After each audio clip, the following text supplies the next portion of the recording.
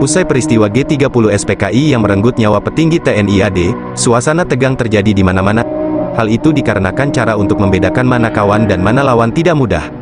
Maijen M. Panggabean dalam bukunya berjudul Jenderal dari Tano Batak melukiskan saat itu hampir semua perwira tinggi dan menengah yang ditemuinya menenteng senjata. Situasi itu mengingatkannya seperti saat dirinya tengah bersiap untuk bergerilya menghadapi agresi militer Belanda. Tidak hanya Jenderal M. Panggabean, Kapten Edi M. Nalapraya juga punya pengalaman menegangkan saat ditugaskan menjaga Soeharto. Saat itu Kapten Edi ditugaskan mengawal para Jenderal Angkatan Darat, termasuk Menteri Panglima Angkatan Darat Maijen Soeharto yang menggantikan Letjen Ahmad Yani yang gugur diculik kelompok Letkol Untung.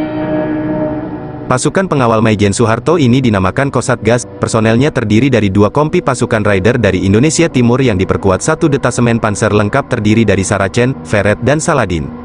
Demikian dikisahkan dalam buku memoir Edi M. Nalapraya, Jenderal Tanpa Angkatan. Tak cuma panser, jeep milik Letkol Herman Sarens Sudiro juga dibongkar dan dipasangi senapan mesin serta peluncur granat. Kesiapan tinggi TNI AD kala itu dikarenakan tak mau lagi kecolongan seperti pada malam penculikan 7 jenderal beberapa waktu sebelumnya.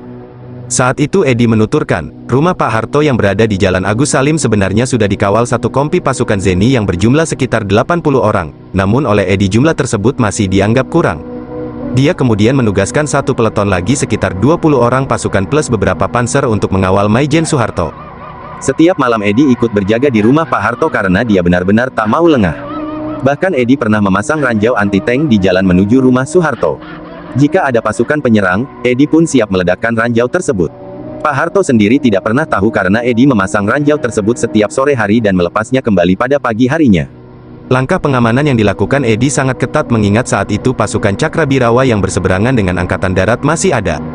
Jika misal ada penculikan lagi, pasti Pak Harto jadi salah satu target utama dan Edi tak mau ambil risiko.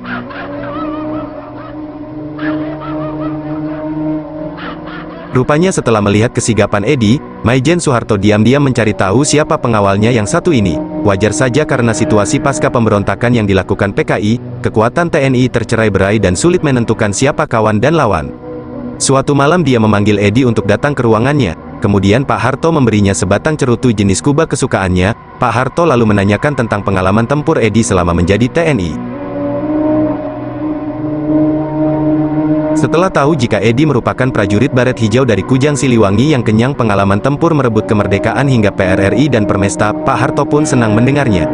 Ketika surat perintah tanggal 11 Maret dikeluarkan, posisi Soeharto pun makin kuat. Susunan pengawal Kosatgas dibubarkan untuk kembali direorganisasi dan pasukan inilah yang kemudian menjadi cikal bakal Pas Pampres saat ini.